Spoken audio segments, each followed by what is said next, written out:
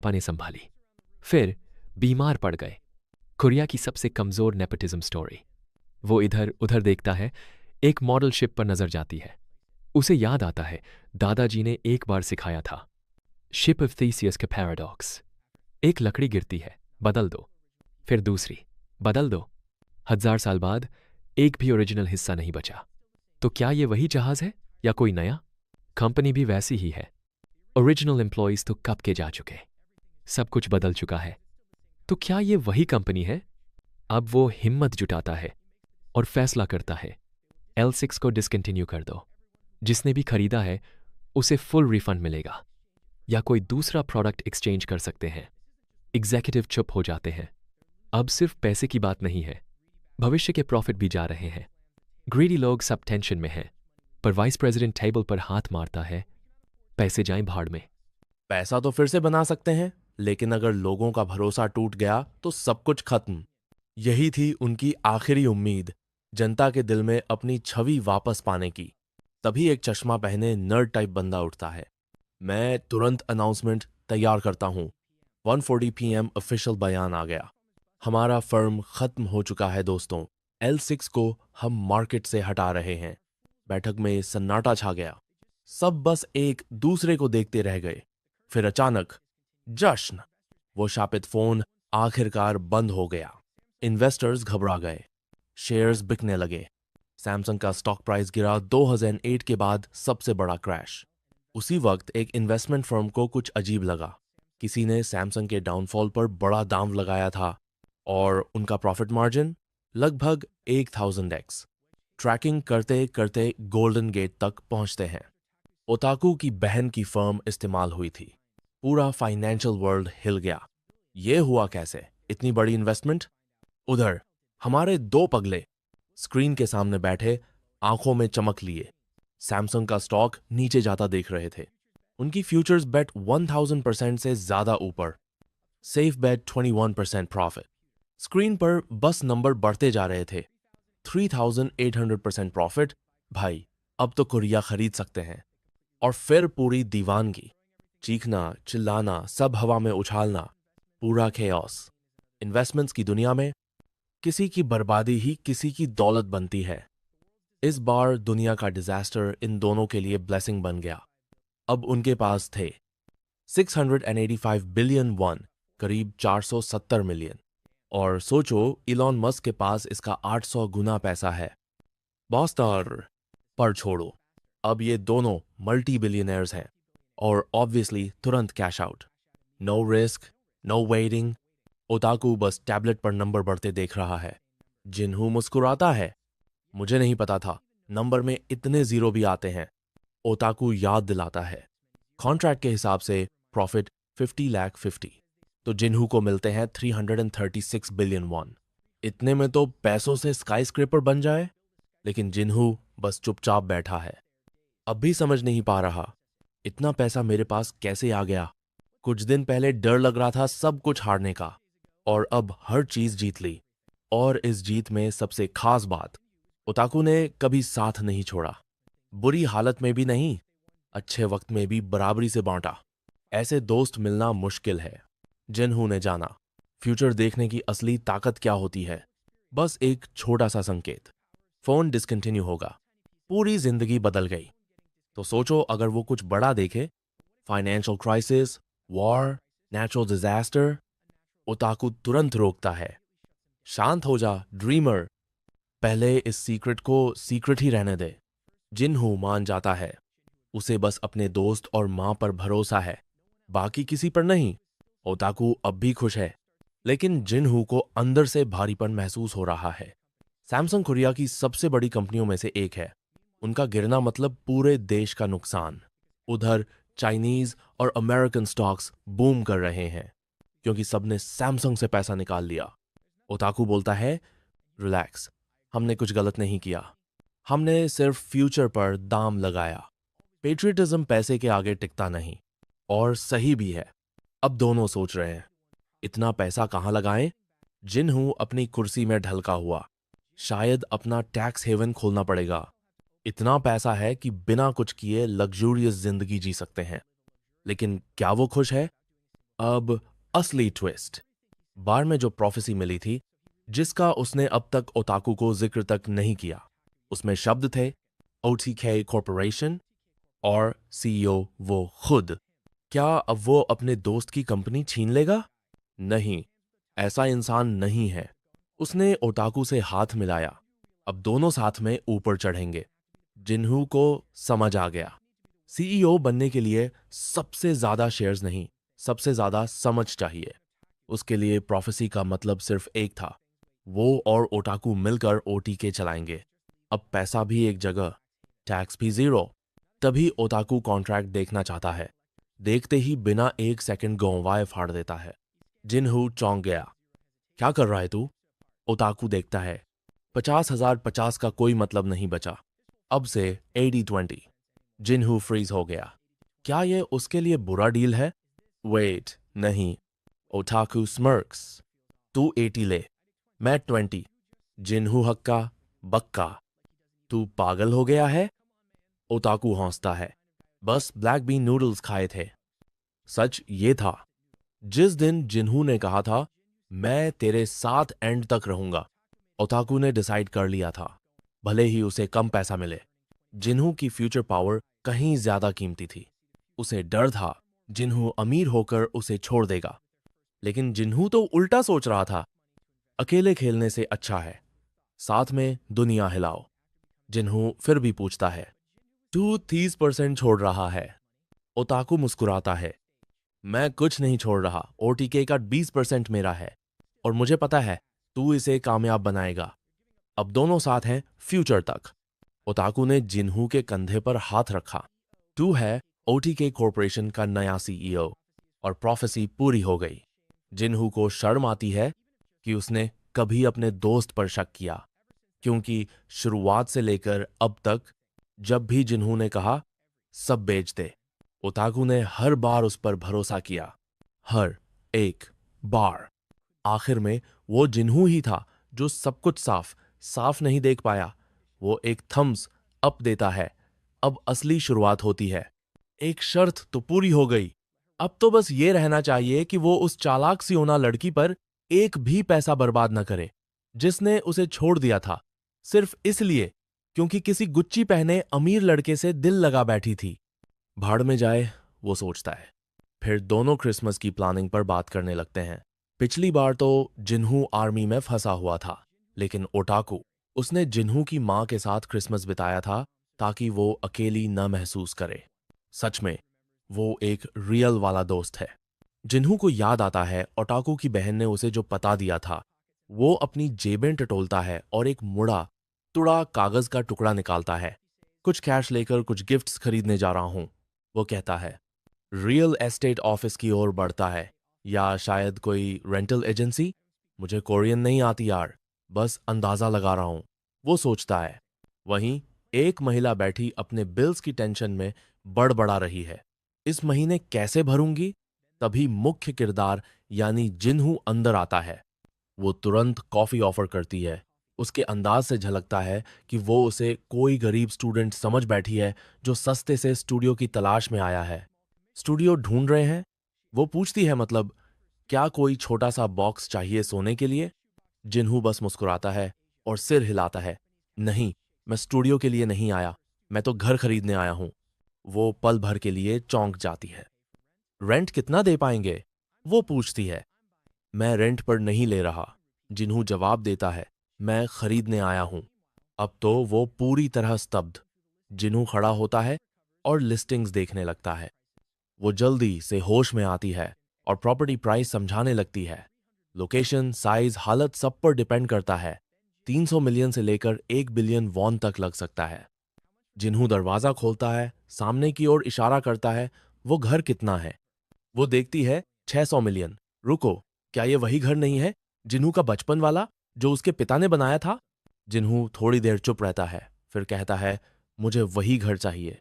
Agent confuse हो जाती है, लेकिन जिन्हू सीरियस है। उसकी नजर नहीं हटती। देखिए, गाड़ी पार्क है वहां, कोई रहता है उसमें, वो बताती है। मुझे पता है, जिन्हू शांत स्वर में कहता है, लेकिन कोई ऊपर दाम देगा तो भला मालिक क्यों मना करेगा? वो महिला अब कुछ हद तक समझती है, लेकिन सवाल करती है, कोई मार्केट प्राइस से ज्यादा क्यों देगा? जिन्हू अपने सूटकेस की ओर जाता है, उसमें से गोल्डन ब्राउन नोटों की मोटी गड्डी निकालता है, मानो कोई सोने की ईंट हो। टेबल पर पटकते हुए कहता है, मार्केट प्राइस से 200 मिलियन वॉन ज्यादा दूंगा। वो बस देखती रह जाती है उस नोटों के पहाड़ को। Total 3 billion von. जिन्हू जोड़ता है, अगर ये डील करवा दी तो ऊपर से बोनस भी मिलेगा। कट टू उस घर में जो वर्तमान में रह रहे हैं। पत्नी का सपना था कि वो अपार्टमेंट से निकलकर किसी घर में जाए। जब ये घर डिस्काउंट में मिल रहा था, शायद जब जिन्हू की मां को मजबूरी में बेचना पड़ा था, तब इन लोगों ने इसे लिया। घर की हालत खराब थी, दीवारें गिरी पड़ी थीं, सीलन, फफूंदी, कूड़ा, करकट। लेकिन इस हालत में भी उन्होंने कुछ मरम्मत कर ठीक ठाक बना लिया। आज तक भी उसका प्राइस नहीं बढ़ा, अब भी वही 500 मिलियन वॉन। उन्होंने इसे थोड़ा महंगे में बेचने की कोशिश की, कोई खरीदार नहीं। तभी रियल एस्टेट ऑफिस से कॉल आता है, कोई 800 मिलियन दे रहा है। वो सन्न रह जाती है। ये तो काफी है किसी लग्जरी अपार्टमेंट के लिए। लेकिन ये औरत भी कम चालाक नहीं। उसके घर की दीवार पर एक फ्रेम लटक रहा है, humble beginnings lead to a prosperous future. अब वो अपने पति से सलाह करती है, अगर कोई 200 मिलियन ज्यादा दे रहा है तो इसके पीछे कोई वजह है। थोड़ी देर बाद वापस कॉल करती है, 800 में नहीं बेचूंगी, अगर 1 बिलियन दो तब शायद सोचूं। उसका प्लान, पहले मोल भाव करेगी, फिर ठीक आखिरी वक्त पर हां कर देगी। शाम होते होते वो डिपॉजिट का प्लान बना रही है, कम से कम 30% एडवांस तो चाहिए ताकि डील पक्की लगे। खरीदार यानी जिन्हू ने कहा था, क्रिसमस से पहले 4 दिन में घर खाली कर दो। वो तुरंत मना करती है, इतने कम वक्त में शिफ्टिंग असंभव है, हमें पता भी नहीं कहां जाएंगे। वो कहती है। तभी एजेंट कहती है, ऊपर से 20 मिलियन और देंगे ताकि आप फौरन कोई जगह रेंट पर ले सको, बस घर खाली कर दीजिए। बस यही बात सुननी थी उसे। अब अगली कहानी वहीं से आगे चलेगी, आप अगला पार्ट भेज सकते हैं। वो तुरंत जिन ह्यू को कॉल करती है, हो गया, वो लोग कल तक घर खाली कर देंगे। जिन ह्यू की सांसें थमती हैं। 2 साल बाद, अपने पिता की मौत के बाद, आखिरकार वो घर वापस मिल गया। एजेंट उसे बधाई देती है। अब कॉन्ट्रैक्ट साइन करने का वक्त आ गया है ना? उसकी मोटी कमीशन तो पहले ही पक्की हो चुकी है। शहर में हर जगह क्रिसमस की तैयारियां चल रही हैं, पेड़ सज रहे हैं, रोशनी टिमटिमा रही है। लेकिन जिन ह्यू, वो चिड़चिड़ा है। क्यों हर कोई जोड़ा बनाकर चल रहा है यार? और वो अकेला, मिजरेबल। पर कम से कम वो तोहफे खरीदने जा रहा है, यही सोचकर थोड़ा सुकून है। उसी वक्त उसका फोन बजता है। मां, जिन ह्यू मुस्कुराता है। अब ये क्रिसमस परफेक्ट है। वो जवाब देता है, मैं घर आ रहा हूं। अगले चैप्टर में वो मां को बाहर खाने के लिए ले जाना चाहता है, लेकिन मां कहती हैं, घर पर ही खा लेते हैं, पैसे क्यों खर्च करने? पर वो जिद करता है, दरवाजा खोलते ही ओताकू की कार में बिठा देता है। हाँ, वही दोस्त जिसकी कार पर वाइफुस की तस्वीरें चिपकी होती हैं। मां पूछती हैं, कहाँ जा रहे हैं? वो हंसकर कहता है, सरप्राइज है, लेकिन बहुत प्यारी जगह है। तभी फोन फिर बजता है, एक्स इन हरी। और जाहिर है वो अब भी त्सुगुरी को भुला नहीं पा रही। फोन उठाते ही वो चिल्लाती है, तुम कॉल क्यों नहीं उठा रहे थे? मैं कब से कॉल कर रही हूं। वो माफी मांगता है, लेकिन थोड़े रूखे अंदाज में, तू बहुत कॉल कर रही थी, क्रिसमस है भाई। एक्स इन हरी कहती है, ये उससे कहीं ज्यादा जरूरी है। उसने पूछ लिया, तुम्हें कैसे पता था कि L6 क्रैश करने वाला है? जिन ह्यू का चेहरा सून पड़ जाता है। ओह, गलती से बोल दिया था। जल्दी से बात टालता है, मैं अभी बिजी हूं, बाद में बात करेंगे, मैरी क्रिसमस। वो उसे सीनियर कहकर रोकने की कोशिश करती है, पर जिन ह्यू कॉल काट देता है। असली चैड मूव। साथ में कहता है, अरे हाँ, जो बंदा बैंकरप्ट हुआ था वो भी मैसेज कर रहा है। कुछ तो याद आ गया होगा उस हरामखोर को। पर तभी मां उसका हाथ पकड़कर कहती हैं, देखो बेटा।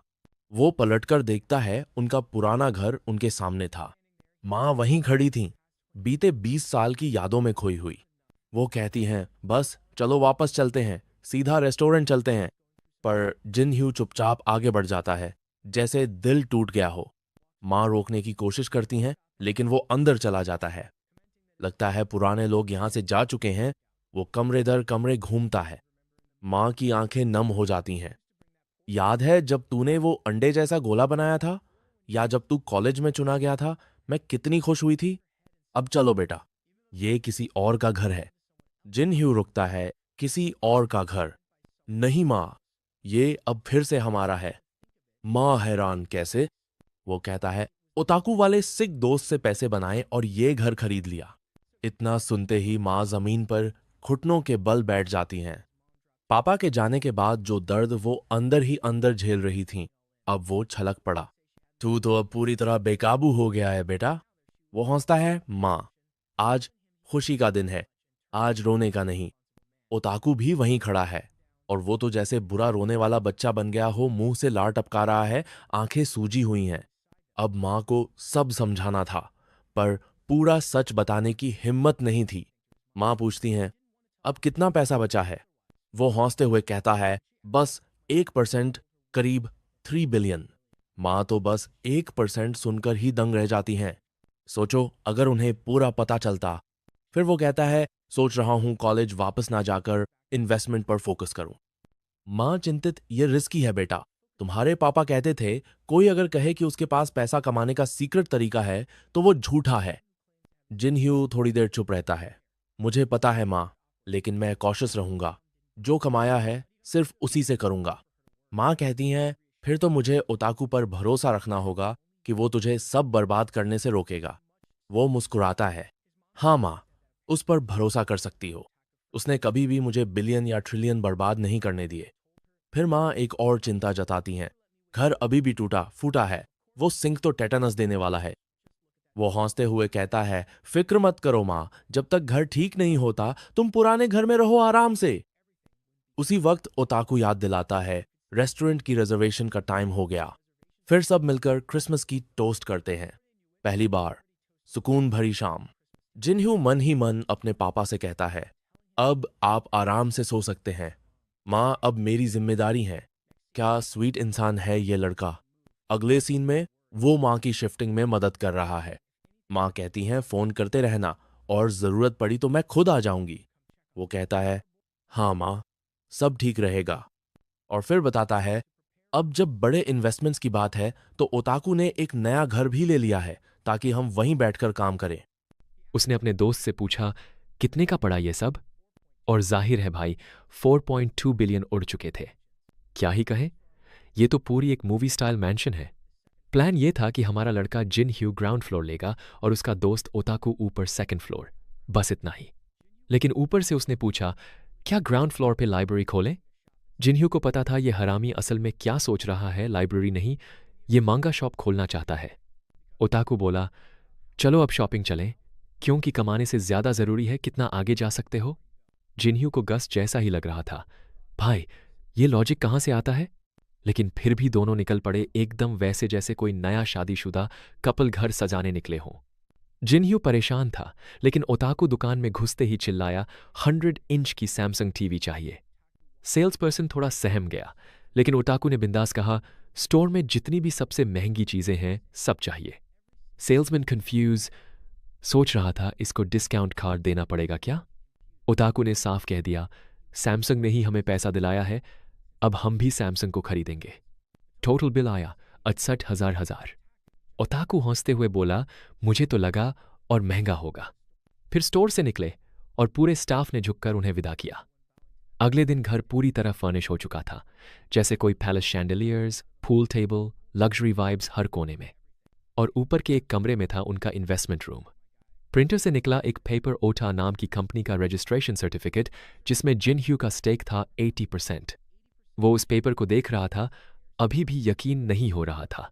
अब बारी थी असली सवाल की, अपने प्रिडिक्शंस को बार बार एक्टिवेट कैसे करें, क्योंकि जब तक प्रिडिक्शन नहीं आता तब तक सर्टेनिटी से इन्वेस्टमेंट पॉसिबल नहीं। फिलहाल प्रिडिक्शन रैंडम थे, अनप्रिडिक्टेबल थे, और ऊपर से जो भी इन्फो मिलती थी वो भी बहुत वैग होती थी। जैसे एक प्रिडिक्शन कहे कि कोई ज़मीन महंगी होगी, पर कब? 1 दिन में या 10 साल में? सैमसंग वाले फोम इंसिडेंट में भी बस एक शब्द था, डिसकंटिन्यूड। टाइमिंग का कोई अंदाज़ा नहीं। और तो और जो फ्यूचर प्रिडिक्शन आते हैं वो एब्सोल्यूट ट्रूथ नहीं है। फ्यूचर बदला जा सकता है। उनकी अपनी एक्शंस या दूसरों की भी सारे आउटकम बदल सकते हैं।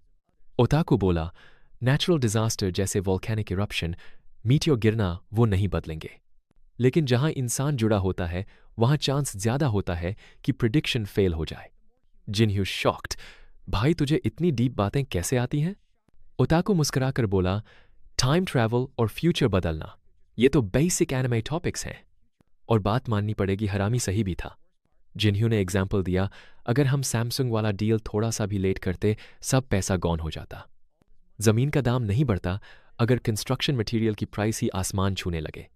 प्रिडिक्शन जरूरी है, लेकिन उस पे एक्शन उससे भी ज्यादा जरूरी। ओताकू तो सीधा था, let's just invest and see what happens bro. उसी समय ओताकू ने पूछा, तू श्योर है तेरा पावर गया नहीं? जिनह्यू बोला, नहीं भाई, हाल ही में मेरी हथेली में कुछ एनर्जी सी फील होती है। कॉफी का टेस्ट भी इतना क्लियर नहीं होता जितना ये महसूस होता है। ओताकू बोला, तो तू पावर एक्टिवेट करने पे फोकस कर, बाकी सब मैं देख लूंगा। और अगले पल जिनह्यू पीसी पर काम कर रहा था और ओताकू वहीं बगल में खर्राटे मार रहा था। ब्राउजिंग करते हुए जिनह्यू को एक खबर दिखी और वो तुरंत ओताकू को आवाज लगाता है। ऑनलाइन डिस्कशंस में लोग स्पेकुलेट कर रहे थे कि बाइनरी ऑप्शंस में किसने सैमसंग के खिलाफ इतना बड़ा बेट लगाया था। कुछ लोगों को शक था कि कोई फॉरेन इन्वेस्टमेंट फर्म ने शेडी ट्रिक्स इस्तेमाल की हैं ताकि साउथ कोरिया को नुकसान हो और वो मुनाफा कमा सके। जिनह्यू जानता था वो दोनों ही थे, भले उन्होंने खुद कुछ नहीं किया, पर फायदा उन्हें ही हुआ। एक इमरजेंसी मीटिंग में जिनह्यू ने कहा, हमें डाइवर्सिफाई कर लेना चाहिए था, अब सारे शक हम पर आ सकते हैं। उसका दोस्त मान गया। असल दिक्कत ये थी कि उसने खुद भी नहीं सोचा था कि चीजें इतनी तेजी से हाथ से बाहर निकल जाएंगी। जिनह्यू ने कहा, ये तो नॉर्मल है, जब तुम एक लॉन्ग पोजीशन में पैसा कमाते हो, जहां सबको फायदा होता है, तब सब खुश रहते हैं। लेकिन जब तुम मार्केट के खिलाफ बेट लगाते हो और कमाते हो, जब बाकी सब हार जाते हैं, तो जाहिर है लोग भड़केंगे। ओताकू को कोई फर्क नहीं पड़ा, लेकिन जिनह्यू ने कहा, अगर हम ऐसे ही बिलियन और ट्रिलियन डॉलर की मूव्स करते रहे और हर बार जीतते रहे, तो लोग शक करने लगेंगे। और शक से बचने का एक ही तरीका है, कुछ रेगुलर इन्वेस्टमेंट्स भी करनी होंगी। उनकी कंपनी अब एक होल्डिंग बनने वाली थी, मतलब अलग अलग कंपनियों में शेयर्स खरीदना। इस तरह उनके प्रॉफिट्स नॉर्मल लगेंगे, जैसे मार्केट की उठापटक में नेचुरली हुए हों। कहीं थोड़ा लॉस, कहीं थोड़ा गेन, सब कैजुअल लगेगा। वो सब समझाने की कोशिश कर रहा था रेड और फ्लैट एरोज वाली चार्ट से, परसेंटेजेस वगैरह दिखाकर, लेकिन मैं तो भाई साफ कह दूं, मेरी समझ से बाहर था। शॉर्ट में यही कह लो, उनका पैसा अब कई जगहों पर होगा। वो कई कंपनियों को खरीदने वाले हैं अपनी फ्यूचर नॉलेज और कुछ स्टैंडर्ड इन्वेस्टमेंट्स के दम पर। सब डिसाइड हो गया। अब हैंडशेक हो रहे थे, चलो एक्शन लिया जाए। लेकिन सिर्फ एक सेकंड में दोनों का चेहरा लटका हुआ था। पूरा स्टॉक मार्केट एनालाइज करने के बाद भी उन्हें समझ नहीं आया इन्वेस्ट कहां करें। 11:58 PM बज चुके थे और पूरा दिन बर्बाद हो गया था कुछ नहीं किया। लेकिन चलो कोई बात नहीं, पैसे वाले हैं, राजा हैं, फर्क नहीं पड़ता। तभी ओताकू अंदर आया हाथ में पेपर्स की मोटी फाइल के साथ। मालूम था तुम्हारा दिमाग मॉनिटर देखकर फट जाएगा। अब हालत ऐसी हो चुकी थी कि नींद में भी बस पेपर ही पेपर दिखते थे और अब तक कुछ खास नहीं मिला था। ऊपर से प्रिडिक्शंस भी एक्टिवेट नहीं हो रहे थे और जो पैसे थे वो इतने ज्यादा थे कि छोटे मोटे इन्वेस्टमेंट्स करते तो पूरा मार्केट ही हिल जाता। और अगर कोई बड़ी चीज में पैसा डालते तो बिलियंस अपॉन बिलियंस लगाने पड़ते, जो खुद में रिस्क था। लेकिन एक बात तो है, मनी से हर काम हल हो सकता है। अगर खुद नहीं आता लेकिन पैसा है तो क्या करते हो? बिल्कुल किसी एक्सपर्ट को हायर कर लेते हो। बस यही प्लान था उनका। ओटीके कंपनी में एक डिवीजन बनने वाला था जिसमें कई प्रोफेशनल इन्वेस्टर्स होंगे जो ये सारा काम संभालेंगे। और पहले कैंडिडेट, वो तो खुद ओताकू को कॉल कर रही थी, बिल्कुल उसकी बहन जो पहले से ही गुस्से में थी। ओताकू ने समझाने की कोशिश की कि वो मूव कर रहा है, लेकिन बहन ने सीधे कहा एड्रेस अभी भेजो। जिनहू को यह बहुत अच्छी खबर लगी, वो पहले से ही उसे फेस टू फेस मिलना चाहते थे। नेक्स्ट सीन, कंजू घर पर पहुंच चुकी थी, लेकिन आर्टिस्ट ने उसे पीछे से क्यों दिखाया? अगर पीठ की तरफ से सबकी नजर होती तो ज्यादा इंपैक्ट आता। रुको जरा, उसके हाथ में क्या है? सिगरेट उस काली जानलेवा छड़ी को ही पकड़ रखा है। सच में ये लड़की खतरनाक है। ओताकू खिड़की खोलने वाला था, घर में बदबू है, लेकिन कांजू ने साफ कहा बैठ जा। भाई चाहे 330 बिलियन कमा ले, लेकिन बहन के सामने अभी भी वही ढीला निकम्मा ही है। उसने पूछा, ये घर है क्या? ओताकू ने कहा, अब मैं यहां रहूंगा। जाहिर है उसने और डिटेल्स मांगी, लेकिन ओताकू पूरा बावला बन गया। क्या समझाऊं? वो तो तुरंत टेबल पर चढ़ गई गुस्से में। तेरे अकाउंट में बिलियंस कहां से आए? अब मुझे समझ आया ये लड़की इतनी भड़की हुई क्यों है, क्योंकि वो एक इन्वेस्टमेंट फर्म में काम करती है और उसने सुजुकी फिलिनो की स्टॉक की पूरी सिचुएशन खुद देखी थी। हर कोई नुकसान में था और जब उन्हें पता चला कि कोई और उस पर प्रॉफिट कमा गया तो सब आग बूला हो गए। सबसे ज्यादा गुस्सा था गोल्डन गेट पर, वो बैंक जहां वो सारा प्रॉफिट वाला अकाउंट था। जब उसने पहली बार नाम देखा ओटी के तो कुछ समझ नहीं आया, लेकिन जब उसने देखा किसी ने 607 बिलियन कमाया है और वो भी सैमसंग की बर्बादी से, तब सब समझ में आ गया। वो लिटरली स्क्रीन पर चिल्लाई, ये मेरा घटिया ओटाकू भाई कर क्या रहा है? उसने पूछा, सच बता तूने किया ये सब? ओताकू चुप गिल्ट में बैठा रहा और वो कंजू सिगरेट हाथ में लिए उसे घूर रही थी। भाई, कोई इस सुंदरता से खुद को क्यों मारना चाहता है? छोड़ दे वो सिगरेट। ओताकू बोला, तू इतनी गुस्से में क्यों है? वो बोली, जो तुमने किया है उसकी वजह से कंट्री के फाइनेंशियल रेगुलेटर्स हमारी पूरी कंपनी की डॉक्यूमेंट्स मांग रहे हैं। ओताकू ने पूछा, क्या देखना चाहते हैं? वो बोली, जो भी ओटी के कंपनी ने खरीदा, बेचा या किया सब। ओताकू ने पूछा, डॉक्यूमेंट्स दे दिए? वो बोली, इतना आसान नहीं है। हमारी कंपनी यूनाइटेड स्टेट्स में रजिस्टर्ड है, हम किसी को भी क्लाइंट इन्फो ऐसे नहीं दे सकते। जिन्हू अब घुटनों पर गिर चुका था, ह्यूमिलिएशन की हद थी। हमने ऐसा क्या कर दिया भाई? तभी कांजू बोली, उन्हें लगता है ये सब इनसाइडर ट्रेडिंग था। मतलब किसी कंपनी के अंदर से इन्फो लेकर मार्केट में बेट लगाना और पैसा कमाना हाईली इलीगल है। और अगर ये सच साबित हो गया तो सिर्फ पैसा ही नहीं, 5 साल की जेल भी होगी। लेकिन अगर कोई ठोस सबूत नहीं मिला तो लीगली सब सेफ है। लेकिन पॉलिटिक्स में कुछ भी हो सकता है।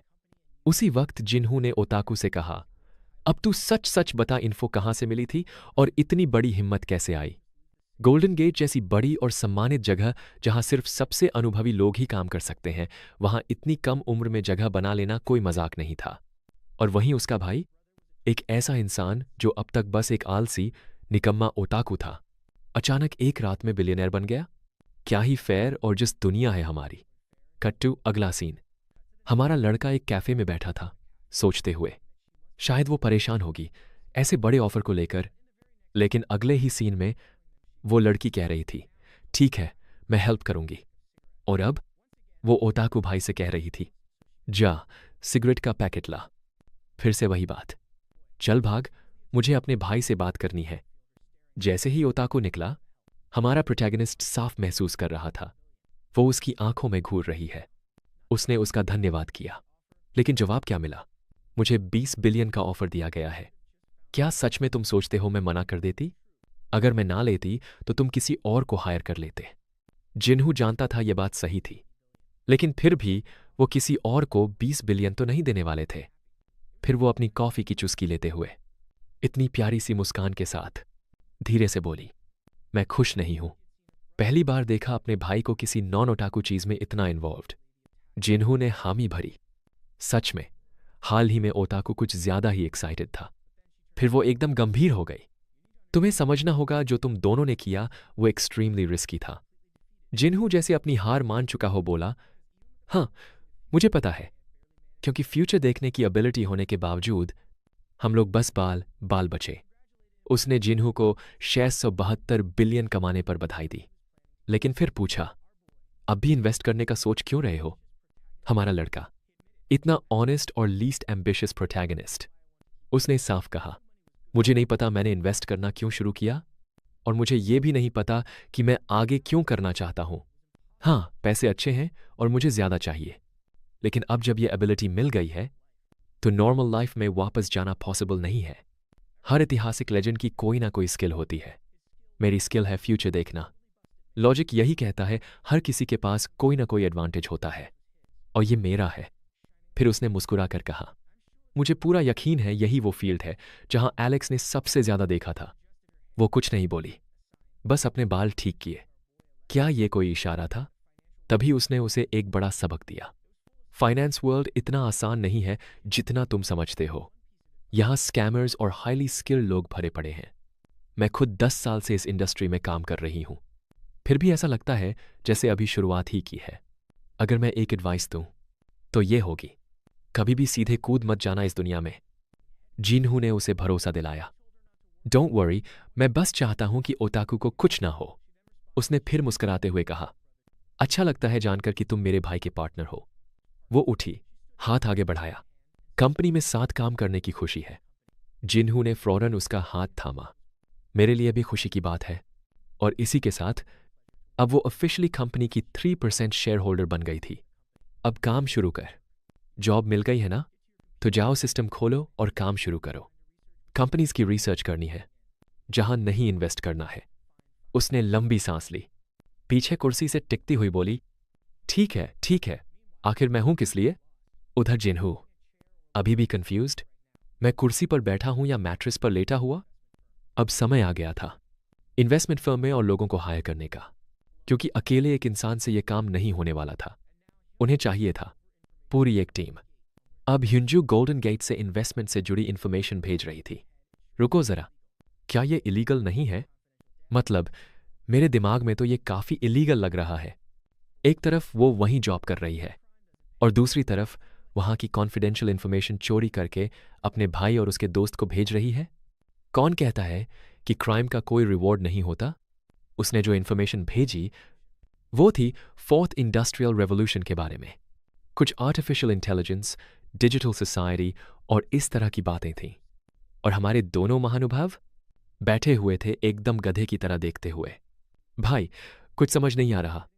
तभी उन्हें याद आया, वो लड़का जो ऑप्शंस ट्रेडिंग में बर्बाद हो गया था, लेकिन पहले उनकी हेल्प कर चुका था। उसे बीबीक्यू पर बुलाया गया, लेकिन इस बार भाई साहब सूट पहनकर एकदम शार्प बनकर आए थे।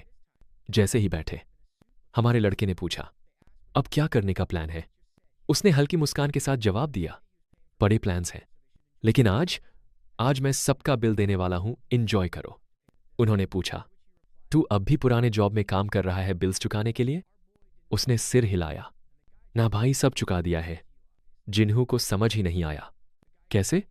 उसने हंसते हुए कहा, तेरे कारण। जिन्हू पूरी तरह से ऑफ गार्ड हैरान रह गया।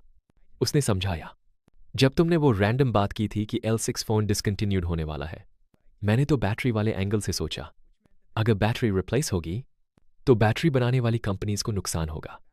तो जो कुछ भी बचा था मेरे पास, 700,000 को छोड़कर सारा लगा दिया। ऑल और नथिंग। भाई, ये बंदा पागल है। या तो भूखे पेट पत्थर खाएगा या फिर 5 स्टार स्टेक। बीच का कुछ नहीं। और आज फिर से सबको इंप्रेस कर दिया। एक अपॉर्चुनिटी उसे दिखी जो मार्केट में 24/7 घुसा रहने वाला जिन्हू तक मिस कर गया। जिन्हू को जानना था कितना कमाया। उसने कैजुअली कहा, घबराना मत, 150 मिलियन। अब यह सुनने में छोटा लग सकता है, लेकिन जरा सोचिए, 700,000 से शुरू किया था इंसान प्रॉफिट, और वो भी सिर्फ एक रैंडम बीबीक्यू पर कही बात से।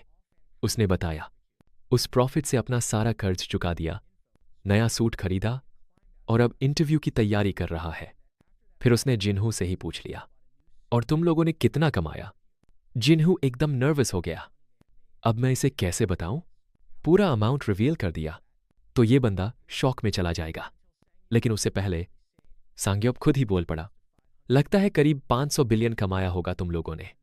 उसने बताया, एक फाइनेंस फ्रेंड से सुना था कि किसी फॉरेन कंपनी ने 13 बिलियन सैमसंग के खिलाफ लगाया था। तुरंत दिमाग में तुम दोनों का नाम आया। अब दोनों बिल्कुल स्टिफ खड़े हो गए। ना भाई, ऐसा थोड़ी है, हमारे पास इतना पैसा कहां, हम तो नॉर्मल लोग हैं। लेकिन तभी उसने याद दिलाया, मुझे याद है, तुम्हारा ये ओताकू दोस्त कभी 10,000 बिटकॉइन खो चुका है, और आज के रेट में वो काफी है इस तरह के इन्वेस्टमेंट के लिए। जिन्हू एकदम स्टन्ड। भाई, इस बंदे को आज तक वो याद है। लेकिन सच कहें, उस ओताकू ने इतना रोया था क्रिप्टो को लेकर कि पूरा कॉलेज जानता था। तभी सांग्योप बोला, लेकिन हो सकता है तुम लोग ना हो, क्योंकि कंपनी फॉरेन थी। जिन्हू तुरंत अग्री किया, हाँ, बिल्कुल सही, हमारे बस की बात नहीं। लेकिन फिर सांग्योप ने वो बॉम्ब फेंका। कंपनी का नाम था ओटीक है, और वो नाम उसके ओताकू दोस्त के इनिशियल्स थे।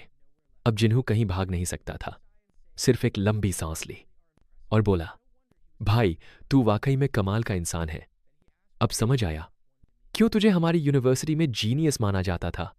फिर उसने पूछा, तू मिलना क्यों चाहता था? सांग्योप ने मुस्कुराते हुए कहा, बस धन्यवाद देना था और अपनी सिंसियर ग्रैटिट्यूड जतानी थी। लेकिन ये सब जिन्हू के लिए एक समस्या थी। उसे नहीं चाहिए था कि लोग इस बारे में जाने। तो उसने सांग्योप से कहा, कृपया इसे राज रखो। जिस पर सांग्योप ने जवाब दिया, of course, as the president of the club, I promise. और फिर तुरंत पूछ लिया, तो अगला इन्वेस्टमेंट क्या है? जिनहू थोड़ा कंफ्यूज हो गया। तूने अभी कहा कि मैं इन्वेस्टिंग करना कंटिन्यू करूंगा? लेकिन वो कमीना पहले ही सब समझ चुका था। कम ऑन, तुम लोगों ने अभी एक नया कॉर्पोरेशन खोल ही लिया है।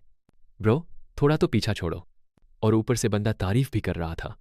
जब से मैंने तुम्हें देखा है, मुझे पता था तुम अलग हो। तुम समझते हो कि मार्केट जीतने के लिए सिर्फ मैथ्स, एनालिसिस या कैलकुलेशन नहीं चलती। एक किस्म की लक, इंट्यूशन या फिर अलग विजन चाहिए।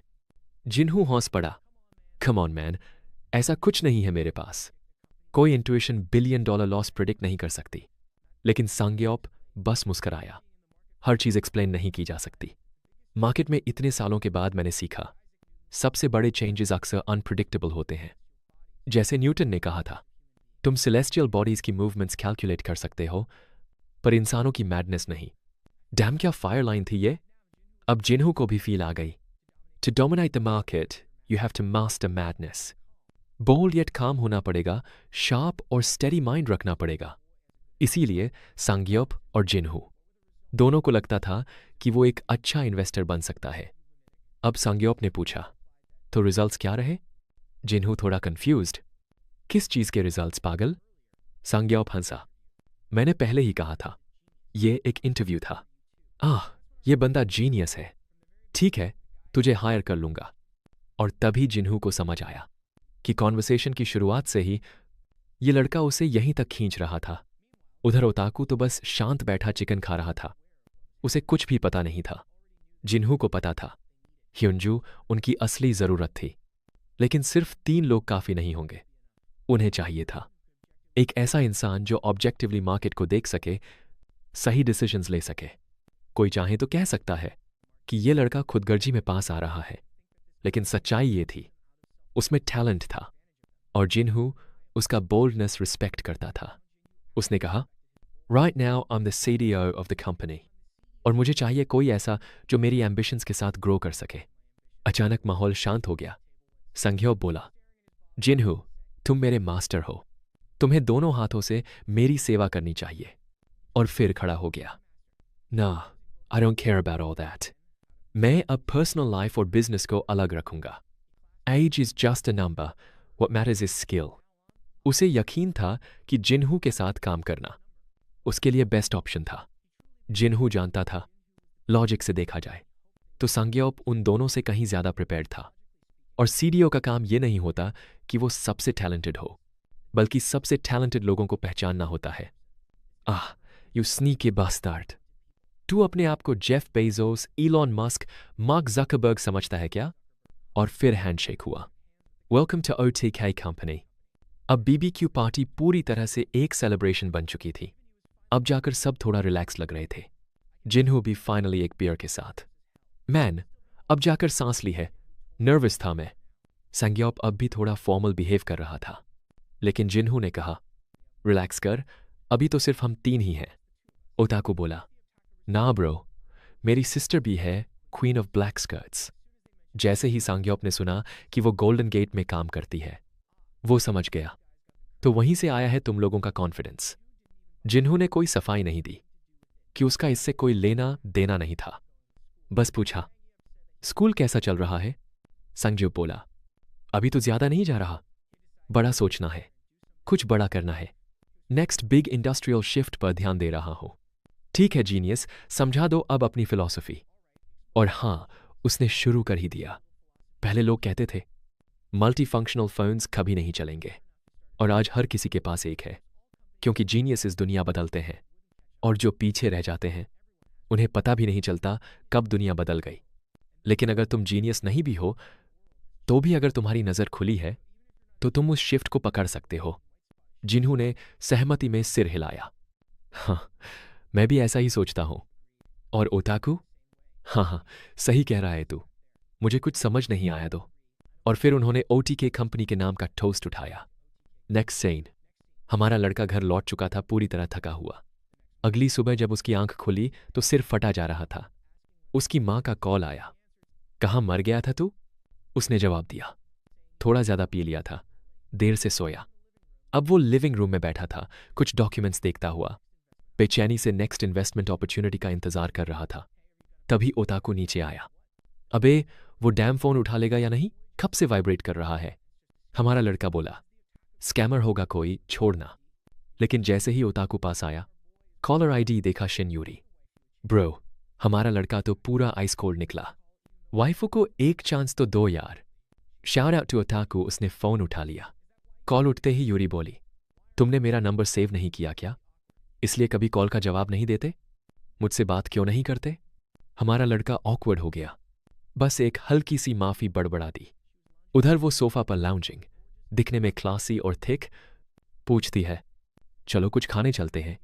तुमने मुझे L6 डिसकंटिन्यू होने की जो इन्फो दी थी, उसके लिए थैंक यू कहना चाहती हूं। जब उसने मीटअप की जगह बताई, वो एकदम खुश हो गई।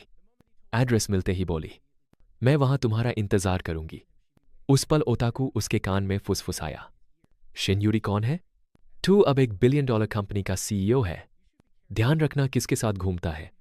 जिन्हू ने उसे धक्का दिया। जूनियर है बस। लेकिन ओताकू फिर पीछे से चिढ़ाता रहा, अपनी रिस्पॉन्सिबिलिटीज मत भूलियो। अब हमारे लड़के की सबसे बड़ी दिक्कत, उसके पास कैश नहीं था, कंपनी फंड का एक्सेस नहीं था, सब ओताकू के नाम पर था, जैसे कोई भिखारी का बेटा।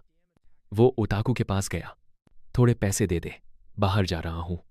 ओताकू ने ड्रामा किया, क्या फायदा इतनी $1 बिलियन वेल्थ का, अगर सब फॉरेन अकाउंट में ही पड़ा रहे।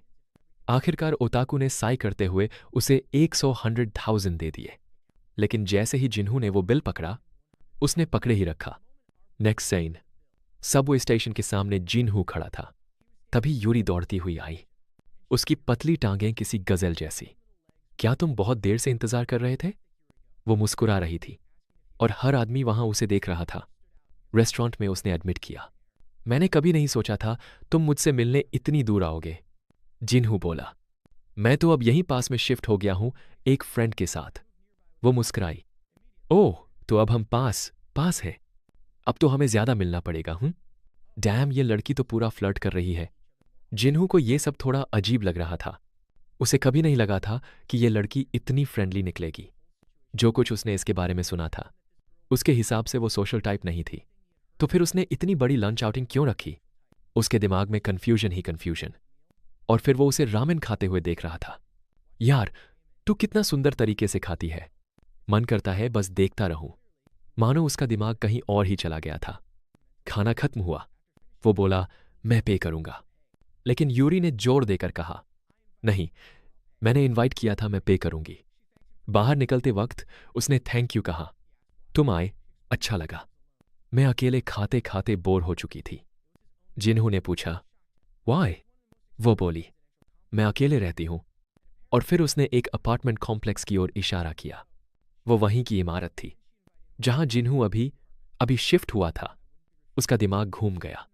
वो तो इस इलाके का सबसे महंगा रेजिडेंशियल कॉम्प्लेक्स है और वो उसमें अकेले रहती थी। ब्रो, ये लड़की रिच है। और फिर उसने इनवाइट कर दिया, आओ मेरा अपार्टमेंट देखो। अगर मैं होता, रेफ्यूज तो मैं नहीं करता। वो रास्ते की तारीफ करती जा रही थी, कितना सुंदर रास्ता है और पास में एक परफेक्ट कैफे भी है। रास्ते में जिन्हू ने पूछा, तुम कब से यहां रह रही हो? उसने बताया कि वो उस बिल्डिंग में बचपन से रह रही है। कुछ समय के लिए रेनोवेशन के चलते बाहर रहना पड़ा, लेकिन 6 महीने पहले वो फिर से लौट आई। ये सुनकर जिन्हू को एक बात समझ में आ गई, वो किराए पर नहीं रह रही, उसने वो अपार्टमेंट खरीदा हुआ है। उसने पूछा, तुम्हारे माता पिता कहाँ हैं? वो बोली, वो लोग दूसरे देश में रहते हैं काम के सिलसिले में। डाम, क्या ये लड़की परियों जैसी परफेक्ट है? क्यूरियस हो गया हमारा लड़का। उसने पूछ ही लिया, इस अपार्टमेंट की कीमत क्या है? वो कैजुअली बोली, सबसे सस्ता यूनिट 2.3 बिलियन का आता है। वैसे तो हमारा लड़का अभी जिस घर में अपने दोस्त के साथ रह रहा था, वो 3.3 बिलियन का था। लेकिन फिर भी एक अपार्टमेंट के लिए 2 बिलियन, क्राज़ एक्सपेंसिव। यहां तक कि हमारा रिच बॉय भी सोच में पड़ गया। इतनी कीमत सिर्फ एक फ्लैट के लिए? शिनयूरी ने समझाया, हमारे परिवार ने इसे तब खरीदा था जब ये 1.8 बिलियन में मिल रहा था। अब बिना कुछ किए ही हमने 500 मिलियन का प्रॉफिट बना लिया है। अचानक उसने कहा, एक बात पूछनी है तुमसे, सच सच जवाब देना। उस दिन से जब हम पहली बार फोन स्टोर में मिले थे, एक बात मेरे मन से निकल ही नहीं रही। हमारा लड़का एकदम नर्वस हो गया। क्या वो कोई ऑफर देने वाली है? क्योंकि उसके दिमाग में ओताकू की आवाज गूंज रही थी, भाई संभल के रहना इन बिलियंस के साथ। लेकिन नहीं, वो लड़की तो एकदम इनोसेंट निकली। उसने पूछा, तुम्हें कैसे इतना पक्का पता था कि L6 फोन डिसकंटिन्यू होने वाला है? अब जाकर जिनहू को सुकून मिला। चलो, कोई खतरे वाली बात नहीं थी। पिछली बार वो इस सवाल से बचने की कोशिश कर चुका था, काम नहीं आया था। इस बार भी उसका वही पुराना एक्सक्यूज था। ऑनलाइन कई लोग कह रहे थे कि फोन्स एक्सप्लोड हो रहे हैं, तो बस उसी पर गैम्बल कर लिया। यूरी हंसे, तुमने इतने कैजुअली कहा कि मुझे लगा तुम किसी सीक्रेट इन्फो के बेस्ड पर बात कर रहे हो। हमारा लड़का ऑकवर्ड हंस पड़ा। काश ऐसा कुछ होता मेरे पास, लेकिन अंदर ही अंदर वो फ्रस्ट्रेटेड था, क्योंकि उस डैम पावर ने अब तक दोबारा एक्टिवेट ही नहीं हुआ। यूरी थोड़ी उदास लगी। काश हमें पहले से चीजें पता चलती। जिन्हू ने भी सहमति में सिर हिलाया। वो अब भी अपना पुराना फोन पकड़े हुए थी। बोल रही थी, सैमसंग एक ट्रेड इन प्रोग्राम चला रहा है, सोच रही हूं नया मॉडल ले लूं। क्या सोचते हो तुम? जिन्हू बोला, ये एक अच्छा डील है। सैमसंग ऐसे ही बंद नहीं होने वाला। और फिर उसने समझाना शुरू किया, सैमसंग का असली बिजनेस तो सेमीकंडक्टर्स में है। उनका मोनोपोली है, प्राइस बढ़ते ही रहेंगे। तो हां, नया फोन लेना सही रहेगा। और उसी पल हमारे लड़के को एक आइडिया आया। शिन यूरी थोड़ी हैरान हुई, क्या? लेकिन जिन्हू बस हल्का मुस्कुराया। अब मुझे पता चल गया है कि आगे क्या करना है। और फिर वो चला गया। उन दोनों की अगली कॉफी पहले से तय थी, लेकिन जनाब पहले ही हवा हो गए। बेचारी लड़की, वो तो उसे इनवाइट करने वाली थी। चलो, मेरी लिविंग रूम, किचन और शायद बेडरूम भी देख लो।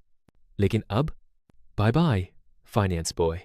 वो वहीं खड़ी रही, जैसे कोई बारिश में भीगी खूबसूरत पेंटिंग, सिर्फ एक गहरी सांस के साथ।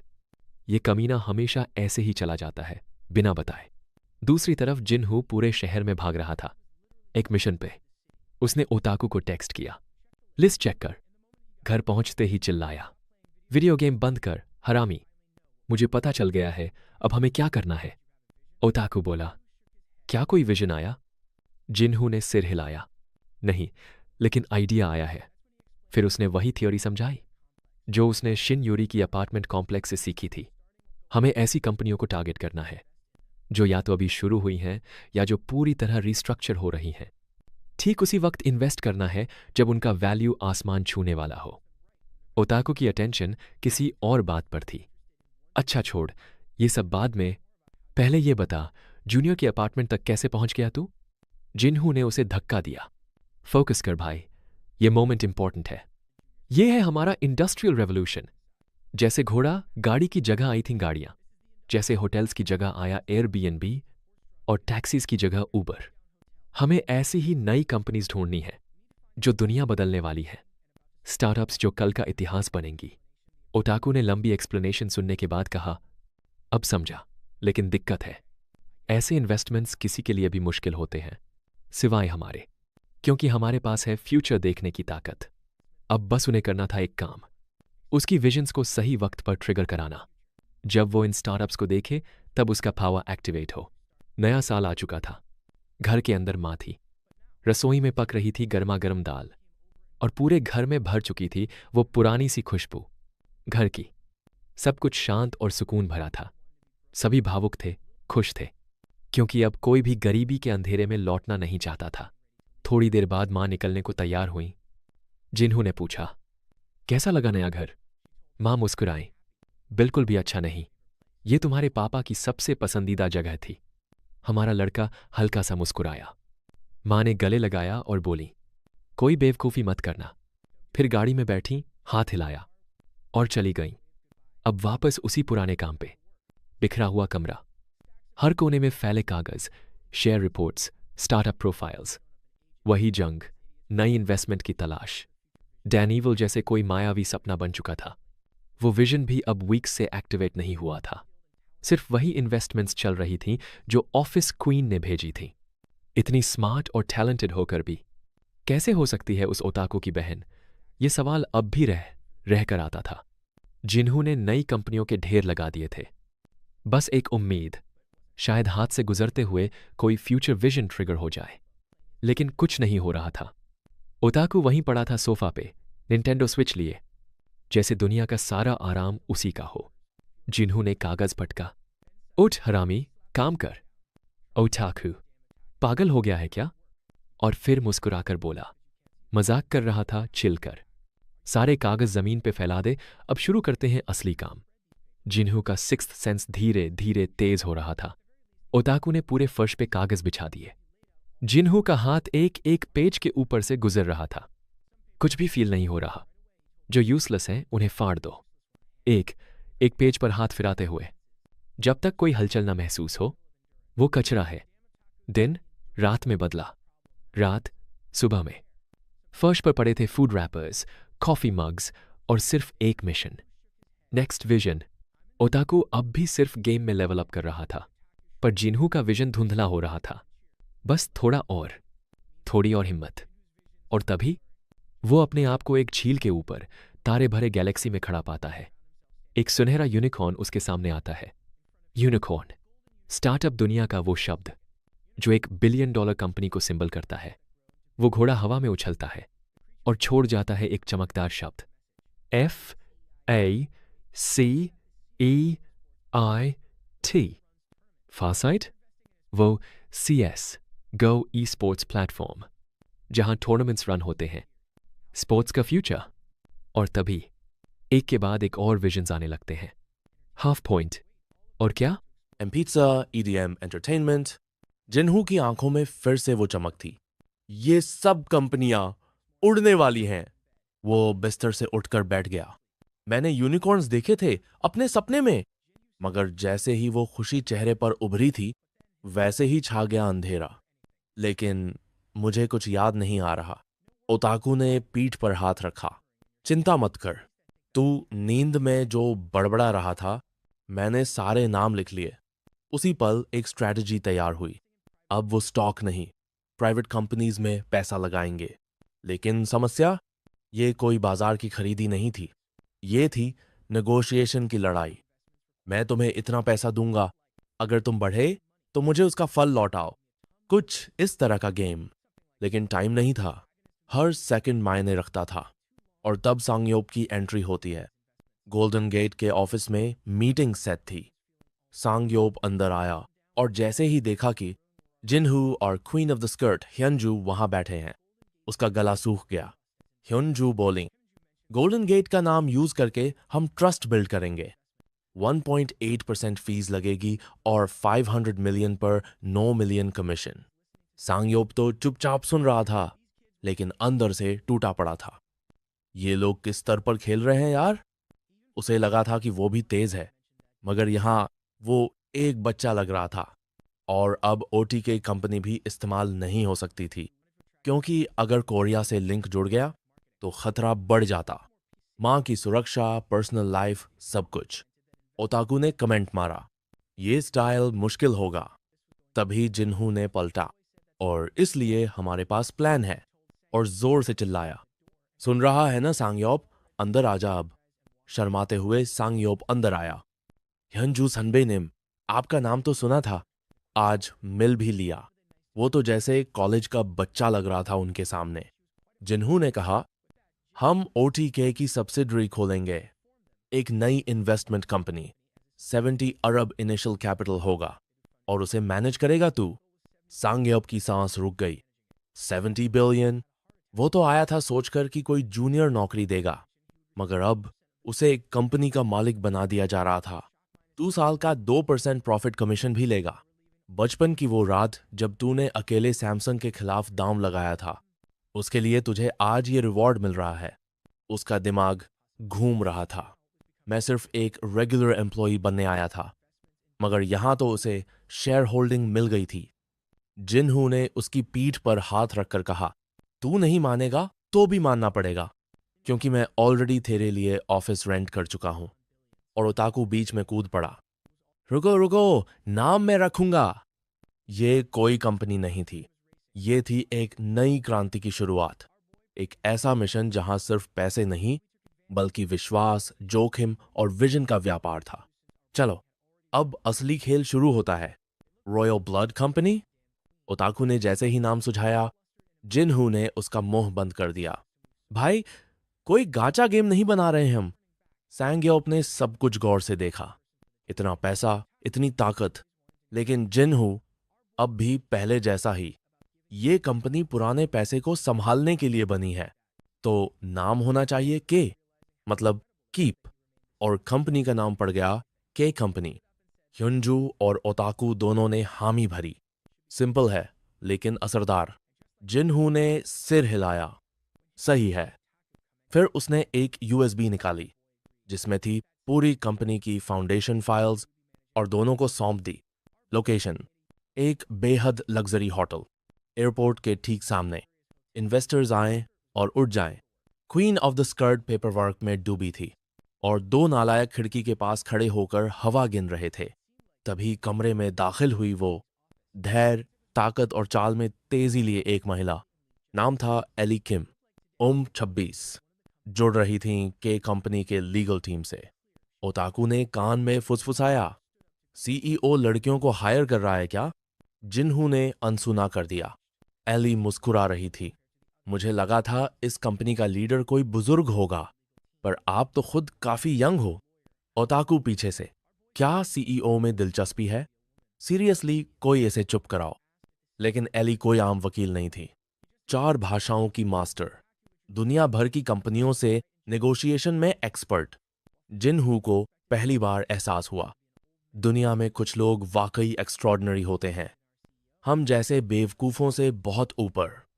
ह्युंजू ने कहा, मैंने एली को सब कुछ पहले ही बता दिया है, और उसे पता है कि गोल्डन गेट में काम करते हुए ये सब छुपाना होगा। फिर मुद्दा उठा, मीटिंग्स कौन अटेंड करेगा? जिनहू ने कहा, मैं खुद जाऊंगा। हर एक इंसान की आंखों में देखना है, कौन वाकई इस टीम में शामिल होना चाहता है। ह्युंजू ने मुस्कुराते हुए जवाब दिया, फिर तो सब ठीक है। चलो, इन्वेस्टमेंट शुरू करें। अब सामने बिछी थी स्ट्रैटेजी। अगर कंपनी का बड़ा हिस्सा खरीदते हो, ताकत ज्यादा मिलती है, लेकिन रिस्क भी उतना ही बड़ा होता है। कम खरीदो तो कम रिस्क, मगर कंट्रोल भी हाथ से चला जाता है। जिनहू टेबल की एज पर बैठा था, सूट में असहज, नर्वस। कंपनियों से मिलना, उनके सपनों, उनके प्रोजेक्ट्स, उनके फिगर्स को समझना, ये कोई आसान काम नहीं था। लेकिन यही असली दुनिया थी, जहां कुछ लोग चार्ट्स में डूब जाते हैं, तो कुछ लोग इंस्टिंक्ट और विजन के भरोसे दुनिया बदल देते हैं। और जिनहू, वो अब दूसरे कैटेगरी में था। सर्द हवा में कांपता जिनहू, जबकि दोनों महिलाएं ह्युंजू और एली मानो किसी गार्डन में वॉक कर रही हों। तुम ठीक हो? ह्युंजू ने पूछा। कुछ नहीं, बस थोड़ा झटका लगा है। वो घबरा गया था, क्योंकि सामने आने वाले लोग थे टोबी स्ट्रॉन्ग, जेरोल्ड बेकन। भाई, ये नाम तो हॉलीवुड से सीधे निकले लगते हैं। फसेट के सीईओ ने एक ही लाइन में अपने विजन को बयां कर दिया, we want to be the Netflix of the adult industry. खामोशी छा गई कमरे में। ह्युंजू की आंखें सिकुड़ गईं। ओताकू की आंखें चमक उठीं। इंडस्ट्री 15 बिलियन की है, जल्द ही 100 बिलियन तक जाएगी, उन्होंने कहा, और प्रेजेंटेशन शुरू हुआ। लेकिन स्क्रीन थी पिक्सेलेटेड। भाई, इसमें क्या दिखा रहे हैं? जिनहू ने मन में सोचा। ओताकू एक नजर में समझ गया, आइडिया धमाकेदार है। ह्युंजू, लोग पैसे क्यों देंगे जब सब फ्री में मिल रहा है? ओताकू ने उसे चुप करा दिया। इस फील्ड में अगर कोई एक्सपर्ट है, तो वो मैं हूं। और बस, फैसला हो गया। फेसीट में निवेश पक्का। दूसरी कंपनी, पिज्जा एम, जहां no humans, only robots. Robot बना रहे थे पिज्जा, ताकि कामगारों की जरूरत ही ना पड़े। ओताकू ने खुशी से कहा, ब्रो, ये है फ्यूचर। पिज्जा, जायाई, इक्वल्स परफेक्शन। ह्युंजू फिर से कंफ्यूज। सिर्फ मशीन से खाना बनेगा तो टेस्ट फ्रोट? ओताकू बोला, आप पिज्जा की भावनाएं नहीं समझती। टेस्ट एक कल्चर है, और रोबोट्स इसे कॉपी कर सकते हैं। नतीजा, पिज्जा एम में $7.5 मिलियन का निवेश। रात हो गई। जिनहू बिस्तर पर गिरा, थकान से चूर। पूछा, तू थक नहीं गया? ओताकू चिप्स खाते हुए, नहीं यार, बैठा ही तो था। तू इतना क्यों पसीने पसीने है? ह्युंजू को अब जाकर समझ आया। इसने मीटिंग में दिमाग का एक भी सेल इस्तेमाल नहीं किया। और अब कल फिर एक नई सुबह, एक नई मीटिंग और शायद एक और यूनिकॉर्न। रात का सन्नाटा। जिन्हू अकेले टहल रहा था, चांदनी में डूबा, सोचता हुआ एक पुराना नाम सियोना, वही जिसने उसे छोड़ दिया था गोची किंग के लिए। तू तो हमेशा कहती थी सफलता चाहिए। अब सोचता था, क्या आज जो वो जी रहा है वही सफलता थी जिसकी तुमने कल्पना की थी? और तभी एली किम टकरा गई। लेट नाइट रन कर रही थी, सांसें उखड़ी हुई, पर चेहरे पर एक शरारती मुस्कान। बियर चलोगे? और बस उस एक लाइन से सीईओ साहब की साख डोलने लगी। क्यूज बार में वो पूछता है, क्या ये तुम्हारा पहला ट्रिप है कोरिया में? एली बोली, नहीं, चौथी बार, पर पहली बार काम के लिए आई हूं। फिर आ गया L6 इंसिडेंट। एली बिना पूछे सीधे उसे ही बिलियनर मान बैठी। कैन उठाया, कंग्रेचुलेशंस, चीयर्स किया, और हमारे लड़के का दिल बस वहीं पिघलने लगा। जिन्हू झिझकता है, बस किस्मत थी। पर एली बोली, किस्मत नहीं साहस था, जो बाकी नहीं देख पाए वो तुमने देख लिया। उसने हौसते हुए कहा, सब ओटीके को जापानी कंपनी समझते हैं। ओटीके ओटाकू द किंग, क्या नाम रखा है यार? Back at the hotel, slow motion elevator scene, camera pan करता है उनके चेहरों पर। हम तो समझे कुछ होने वाला है, पर नहीं। बस एक सवाल, तुम्हारे फेवरेट एक्टर कौन है? जिनहू कंफ्यूज्ड। एलिवेटर का बटन दबाया, दरवाजे बंद हुए, सीन कट। आर्टिस्ट को अवार्ड 2 सस्पेंस बनाने के लिए। नेक्स्ट डे नए मीटिंग रूम में अब आए थे शॉमी और याओ, चाइनीज लॉजिस्टिक्स एंटरप्रेन्योर डुओ। उनका आइडिया, ट्रक एम्प्टी वापस क्यों जाए? ऐप डिजाइन किया है जो हर ट्रक की वापसी पर भी कार्गो भरवा देगा। लॉजिस्टिक्स कॉस्ट में 30% की कटौती। ह्यून यू स्केप्टिकल, क्या ये लोग इस स्केल का बिजनेस संभाल पाएंगे? वो दोनों आर्ग्यू करने लगे। सरकार भी हमारा समर्थन कर रही है। और तभी जिन्हू का दिमाग घूमा, सब कुछ आवाजों में खोने लगा। विजियों, डेजावू, या फिर कोई और संकेत? बैठक का माहौल एकदम भारी था। बिजनेस बातों के बीच शांति थी, लेकिन बेचैनी भी। तभी एली किम ने आवाज उठाई, हम आपकी योजना को समझते हैं और सराहते भी हैं। और बस वो 2 चाइनीज फाउंडर जो अभी तक हकलाते हुए ब्रोकन इंग्लिश बोल रहे थे, चमक उठे, क्योंकि एली ने मैंड्रिन में बात की। अब वो अपनी भाषा में बात कर पा रहे थे। जो भी दिल में था वो बिना डर बोले जा रहा था। और तभी सब स्मूथ चलने लगा। डील पक्की। हमारा लड़का, वो बस बैठा रहा, पसीने से तरबतर, क्योंकि उसने तो मीटिंग में कुछ नहीं किया, बस बैठा रहा जैसे कोई सजावटी गुलदस्ता। हेंजू की बात ही अलग थी, स्कर्ट की रानी। उससे बहुत कुछ सीखना बाकी था। बाद में होटल के भव्य हॉल में सामने सबसे उम्दा खाना रखा था। जिन्हू ने चैन की सांस ली, आखिरकार थोड़ी राहत मिली। वो ह्युनजू से पूछने ही वाला था कि अब आगे क्या प्लान है, लेकिन तभी ओताकू कुछ बोलने ही वाला था कि कांटे से उसका मुंह छेद दिया गया। भाई, थोड़ा सभ्य बन। पर असली सवाल पूछने को तैयार थी एली किम। तो तुम्हारा क्या प्लान है? जिन्हू बोला, कुछ खास नहीं। एली मुस्कुराई, तो फिर क्या तुम मुझे सोल घुमा सकते हो? ह्यनजू की भौं ऊपर, ये तो सीधा सीधा डेट का प्रपोजल लग रहा है। एली, तो क्या हुआ, अगर ऐसा समझा जाए तो मुझे कोई आपत्ति नहीं। क्या तुम ओके होगे इस इंटरप्रिटेशन से? हमारा लड़का फ्रीज, कुछ समझ ही नहीं पाया। एली बोली, ठीक है, तो 1 घंटे में मिलते हैं, छोटे से डेट के लिए तैयार रहना। और निकल गई जैसे कुछ हुआ ही न हो। वो बस खड़ा रह गया, हॉल के बीचों बीच, जैसे कोई एनपीसी जिस पर क्लिक ही नहीं हुआ। तभी आवाज आई, जिन्हू। एली किम एकदम सजी संवरी, बिजनेस क्लास से गॉडेस मोड में। हमारा लड़का सीधा आत्मा छोड़ के खड़ा रह गया। ओताकू आ गया कार कीज लेकर। ले जा मेरी कार। जिन्हू ने चौंक कर देखा। कार पर पूरे एनीमे स्टिकर। भाई ये कार नहीं, वाइफू का चलता फिरता मंदिर है। Otaku, take care of Kumi chan. हाँ, कार का नाम ही कुमी-चान था। कोई और चारा न होते हुए जिन्हू ने चुपचाप कीज ले ली।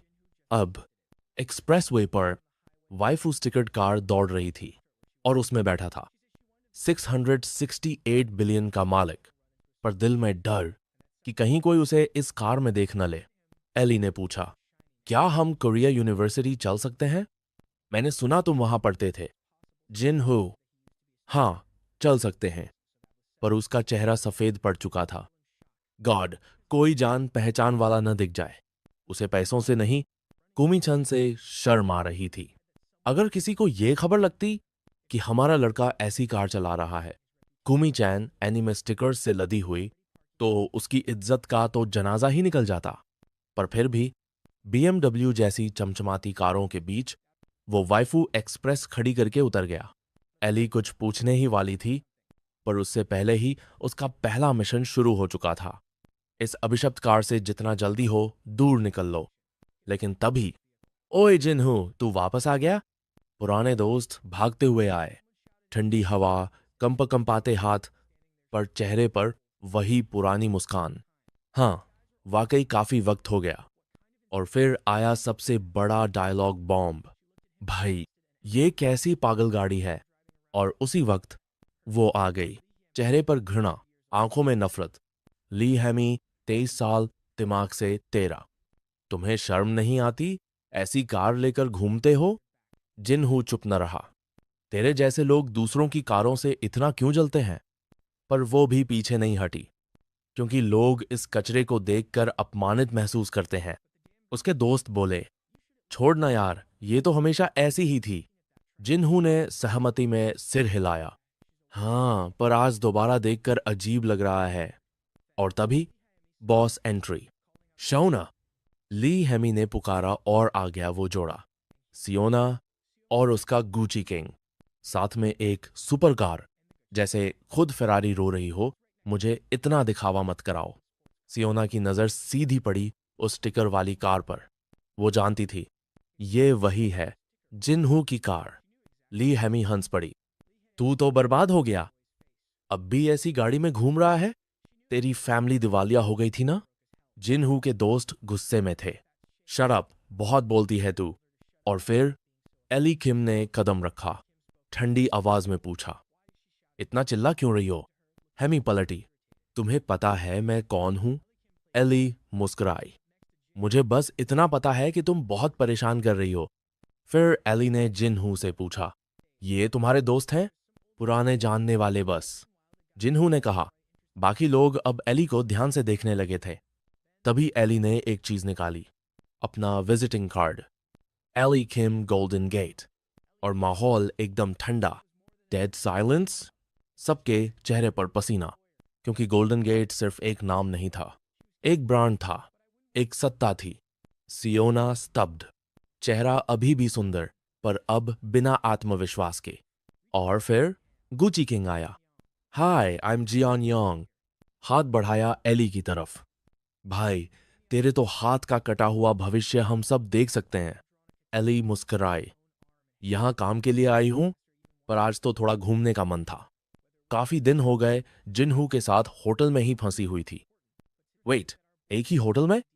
दोस्तों के मुंह खुले के खुले। भाई, तू तो छुपा रुस्तम निकला।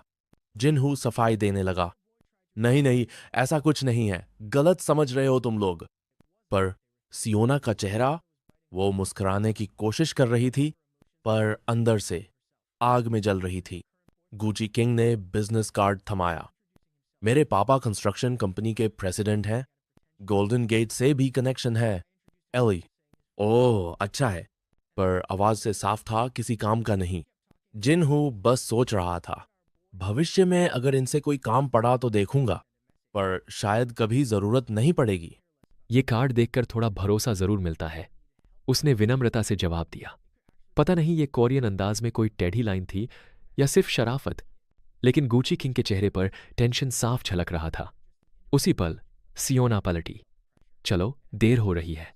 वो अपने नए अमीर प्रेमी की बकवास सुनने जा रही थी, जो अब भी एली से मिलकर अपना इंप्रेशन जमाने में लगा था। बाकी सब एली को लंच पे बुला रहे थे, पर पीछे खड़ी ली हैमी जल भुन के राख हो रही थी। गोल्डन गेट की वकील है तो क्या बड़ी आई, उसके दिमाग में यही चल रहा था। यूनिवर्सिटी की सैर खत्म हुई। अब वो सोल के पार्कों में घूम रहे थे। सर्द हवाएं, पेड़ों की छाया और एक अजीब सी शांति। एली ने अचानक कहा, वो लड़की जो अमीर कपल में थी वो काफी सुंदर थी। सियोना? जिनहू ने पूछा। एली ने हाँ में सिर हिलाया। हाँ, शायद वही जिसके बारे में सब कहते हैं कि वो बहुत खूबसूरत है। जिनहू चौंक गया। तुम्हें उसके बारे में कैसे पता? तभी एली ने सब खोल के रख दिया। तुम्हारे उस पागल दोस्त ने सब बता दिया, तुम्हारी और सियोना की कहानी। हमारा लड़का भीतर से तिल मिला उठा। उससे पहले ही मार डालूं? एली ने फिर पूछा। अब भी फीलिंग्स है? बिल्कुल नहीं, बहुत पहले की बात है। उसने नजरें झुका ली। दूसरी तरफ सियोना कार में बैठी थी और जिनहू को जाते देख रही थी। उसके साथ चल रही थी उसकी नई वाइफू मटेरियल एली। चेहरे पर वो नकली मुस्कान थी, पर आंखों में मैंने जिसे छोड़ा था वो अब हीरा बन चुका है। एली ने आखिर में कहा, कल से फिर बिजी हो जाएंगे, पर आज का दिन बहुत अच्छा लगा। हाथ मिलाया और वहीं पर खत्म। न गले लगना, न हल्की smile. Welcome to Korean romance भाई। उधर कार में गुची किंग और सियोना की बातें चल रही थीं। तो वो जिन्हू था जिसके साथ तुम रिलेशन में थी? सियोना हल्के से मुस्कुराई। क्या तुम जल रहे हो? नहीं, बस ज्यादा कुछ पता नहीं था उसके बारे में। वो कार तो काफी अजीब थी। सियोना ने तुरंत बचाव किया। शायद वो उसके दोस्त की गाड़ी थी। उसका एक अजीब दोस्त है। ओताकू? लड़का बोला। नहीं नहीं, ओताकू। सही प्रोनाउंसिएशन की लड़ाई यहां भी जारी थी। फिर उसने पूछा, तो गोल्डन गेट की इतनी बड़ी वकील उसके साथ क्यों घूम रही थी? सियोना ने कंधे उचकाए। ओताकू की बहन भी गोल्डन गेट में काम करती है। शायद वो उसे शहर दिखाने आई होगी। गुची किंग ने सिर हिलाया। हाँ, शायद ऐसा ही कुछ है। पर दोनों नहीं जानते थे कि अब वो लड़का जिसे उन्होंने गया गुजरा समझा था, अब 70 अरब की कंपनी खड़ी कर चुका है। और जो लोग कभी उसे नीचा दिखाते थे, अब उसके नाम से कांपने वाले हैं। जंगयोंग ने भले ही हाथ में बिजनेस कार्ड थमाया हो, पर जिनवू की नजरों में वो कोई असर नहीं डाल पाया। इस लड़के ने तो कार्ड देखकर भी कोई इज्जत नहीं दी। वो मन ही मन सोच रहा था। उसे आदत थी, हर कोई उसके पैसों के आगे झुकता था, पर जिनवू नहीं। उसने तो जैसे कार्ड देखकर उबासी ले ली। शायद इसके पास मुझसे भी ज्यादा पैसा है। ये ख्याल उसके मन में जहर की तरह उतर गया। सियोना वहीं खड़ी सब देख रही थी। ये वही जिनवू है ना जिसे मैंने रोते हुए छोड़ा था? पर अब वो शख्स उसकी सोच से कहीं आगे निकल चुका था। इतना शांत, इतना मजबूत और सबसे बड़ी बात बेपरवाह। वो खुद से बुदबुदाई। बस बहुत हो गया, अब और नहीं सोचूंगी। चलो शॉपिंग करते हैं, पैसे उड़ाते हैं, क्योंकि यही तो अमीरों की पेन किलर है। अगले दिन इन्वेस्टमेंट डे। प्लान था 5 मिलियन डालने का, पर सारा खर्चा सिर्फ 2.3 मिलियन में निपट गया। जिनवू के चेहरे पर हल्की मुस्कान आई। ये सब तो अब छोटा लगने लगा है। यानी अब 5 मिलियन भी उसके लिए पॉकेट चेंज था। फिर आई ए सिटी नाम की कंपनी। ए से बनी एक ऐसी तकनीक जो इमारतें खड़ी कर सकती थी। जिनवू ने पूछा, तो आप सच में बड़ी बड़ी बिल्डिंग्स बना सकते हैं? महिला ने कहा, आई जिस रफ्तार से आगे बढ़ रहा है वो दिन दूर नहीं। इंजीनियरिंग डिग्री वालों, अलविदा कह दो अपने करियर को। जिनवू ने मन ही मन मजाक उड़ाया। लगातार एक बात सामने आ रही थी। हर कंपनी का एक ही मकसद था, इंसानों को हटाओ। आई सब कुछ ले जाएगा। एक और बात पता चली, कोरिया की कंस्ट्रक्शन कैपेसिटी वर्ल्ड क्लास है, पर डिजाइन में सुधार की जरूरत थी, जो उनके लिए अच्छा था, क्योंकि इसका मतलब था कोई सरकारी दखल नहीं। शाम के 6:17 PM बजे थे। क्वीन ऑफ द स्कर्ट ह्युनजू जा रही थी। 7 बजे तक वापस आ जाना, उसने आदेश दिया। और वहीं एली किम भी कहाँ पीछे हटने वाली थी। मैं स्क्वॉश खेलने जा रही हूं, चलोगे? जिनवू ने मना कर दिया। नहीं, थका हुआ हूं, और वैसे भी स्क्वॉश तो अमीरों का खेल है। पिछली बार 3 मिनट में ही सांस फूल गई थी। एली मुस्कुरा दी, पर जबरदस्ती नहीं की। थोड़ी देर बाद वो होटल में अकेला बैठा था, थका हुआ, चुप सा। और ओटाकू? उसकी तो दुनिया ही अलग थी। उसे अंग्रेजी आती नहीं थी, तो बैठा बैठा कहीं और ही खो गया था। एक बार फिर जिनवू इस दुनिया से थोड़ा कट चुका था, पर उसके अंदर कुछ और पक रहा था। नए आइडिया, नई क्रांति और आने वाली अगली बड़ी चाल। लेकिन अपनी शांत अवस्था में उसने कहा, नहीं, एक मेजर शेयर होल्डर के रूप में मुझे वहां होना ही होगा। फिर अचानक उसने अपना मन बदल दिया। रुको, नहीं, मुझे सच में वहां होना होगा। क्या पता फिर से फेसिट जैसी कोई अमेजिंग कंपनी आ जाए।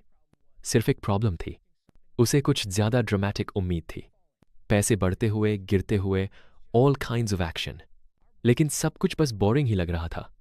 हमारा लड़का एक लंबी कहानी सुनाने वाला था, तो चलो मैं तुम्हारे लिए उसे शॉर्ट में बता देता हूं। Back in the day Alibaba China में ईबे से कम्पीट कर रहा था और स्ट्रगल कर रहा था। लेकिन फिर एक ब्रेव इन्वेस्टर आया। उसने बिना किसी हेजिटेशन के 20 मिलियन अलीबाबा में इन्वेस्ट कर दिया। हर कोई उसे पागल कह रहा था। भाई, ईबे तो मार्केट में छाया हुआ है, तू क्यों पैसे डूबा रहा है? लेकिन 20 साल बाद ईबे चाइना से बाहर हो गया और वही इन्वेस्टर जिसने 20 मिलियन लगाए थे, उसका पैसा बन चुका था 330 billion. Total profit 110 trillion Korean von. Attacker ने पूछा, ठीक है, लेकिन इतनी लंबी कहानी क्यों? हमारे लड़के ने समझाया, मैं बस तुझे ये बताने की कोशिश कर रहा हूं कि ये इन्वेस्टमेंट ओवरनाइट सक्सेस नहीं है, तू समझा कर। हमें तो शुक्रगुजार होना चाहिए कि हमारे पास फ्यूचर विजन्स जैसी चीज है। अगर उस बंदे ने इतनी कम चांसेस में इतना कमा लिया, तो सोच अगर हमारी कोई एक कंपनी भी अलीबाबा जैसा ग्रो कर गई तो हम कितना कमा सकते हैं। फिर अचानक उसकी सिस्टर वहां आ गई और अटैकर को डांट कर बैठने को कहा। उसने हमारे लड़के को बुलाया और कहा, उन कंपनीज में से एक से मैसेज आया है जिनसे हम मिलना चाहते थे। एक है DHK इंजीनियरिंग या फिर यूसन मोटर्स या शायद कारोस। हे भगवान, ये लोग एक नाम पर टिक क्यों नहीं सकते? उसने पूछा। क्या कहा उन्होंने? उसकी सिस्टर ने जवाब दिया, उन्होंने मीटिंग एक्सेप्ट कर ली है और कल कोरिया आ रहे हैं। अटैकर हैरान था। हम इन्वेस्ट कर रहे हैं, फिर भी ऐसा लग रहा है जैसे वो हमें रिजेक्ट कर रहे हैं। उसने समझाया, कुछ कंपनीज के पास ऑलरेडी इन्वेस्टर्स हैं, हमें उन्हें प्रूव करना होगा कि हम एक बेटर इन्वेस्टर हैं। और यह भी पता चला कि एक दूसरी कंपनी कारोस ने तो उनका इन्वेस्टमेंट आउटराइट रिजेक्ट कर दिया था। अटैकर को समझ नहीं आया। भाई, कौन फ्री मनी मना करता है? उसकी सिस्टर ने जवाब दिया, क्योंकि उन्हें ज्यादा अप्रोप्रिएट अमाउंट चाहिए थी। सीधे शब्दों में कहें तो उन्हें और ज्यादा पैसा चाहिए था। फिर वो मीटिंग हुई। सामने आए कुछ चाकू जैसे चिजल्ड जॉ लाइन वाले बिजनेस सूट्स में लोग। उन्होंने अपना इंट्रोडक्शन दिया और फिर हमारी टीम ने भी। एक गीगा चैड लड़का जिनवू और अटैकर को देख रहा था और सोच रहा था कि शायद ये दोनों लड़के असिस्टेंट्स हैं उन लड़कियों के। फौरन उसने पूछा, Who makes the decisions for Ota Company? ह्युंजू ने कामली जवाब दिया, I've been given full authority. The decisions I make are the company's decisions. उन लोगों ने सिर हिलाया। ऑलराइट, अगर स्टोरी की क्वीन कहती है तो हम मान लेते हैं। फिर एक ने एक बॉम्ब फेंका। We need 100 million। यही अमाउंट था जो कारोस को चाहिए था। ओताकू तुरंत हमारे लड़के की तरफ मुड़ा। भाई, ये ज्यादा पैसे हैं या नहीं? एग्जीक्यूटिव ने साफ साफ कह दिया, अगर आप ये पैसा नहीं दे सकते तो मीटिंग यहीं खत्म हो जाएगी। भाई, एक पूरा प्लेन लेकर आए हो सिर्फ ये कहने? और तभी ह्युंजू ने तुरंत जवाब दिया, अगर बात सिर्फ पैसे की है तो हां, हमारे पास पैसे हैं। दोनों बेवकूफ एकदम शॉक में थे। इतना स्ट्रेस हुआ कि जैसे उनका वजन ही कम हो गया। उन्होंने फिर भी पूछा, मतलब हमारे पास पूरा पैसा है,